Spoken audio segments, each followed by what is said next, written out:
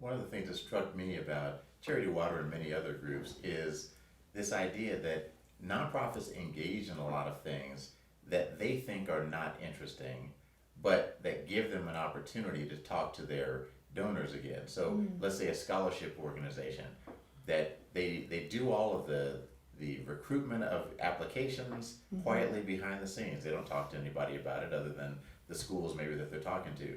They judge them, and then they might make an announcement about the winners, and they might have a ceremony to give the scholarships. But I think, well, that time when you're asking for applications is an opportunity to reach out to your donors to tell them, hey, this year because of your generosity, we're going to be able to give out 25 scholarships rather than 20.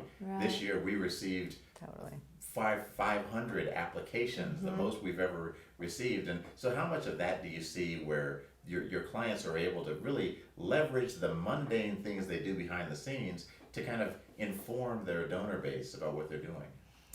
I have a great example from my own experience, and I worked for Greenpeace for 15 years, which is a very, love it or hate it. It's an organization that has a lot of personality.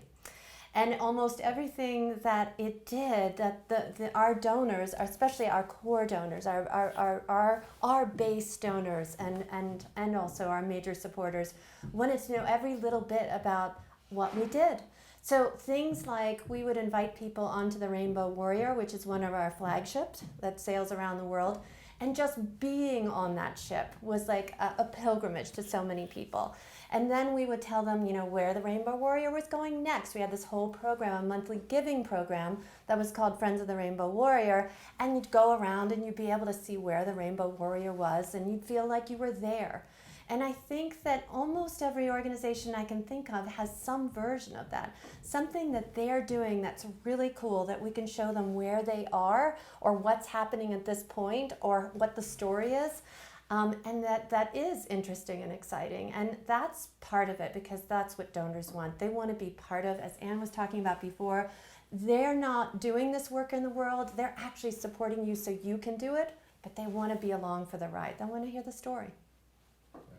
We've been seeing we've had a few of our clients lately sort of beat themselves up a little and feel in a way that the work they're doing isn't interesting or is not as interesting as potentially some other work. And we really encourage nonprofits not to go down that path. There are people for every cause. So we're from Boulder, Colorado, and the story there is always, well, nobody can raise as much as the Humane Society because everybody in this town loves their dogs. And it is true, they do love their dogs, but everybody in town has other interests as well. They might have a family member with a disease, or they might have a particular passion for education. And so we can't decide in advance for donors that our work is somehow not interesting or not the most important or should in some way be compared to other nonprofits. Stand up. Be proud of the work you're doing. You've invested your time. There are other people who'll be there with you. You just have to find the right ones.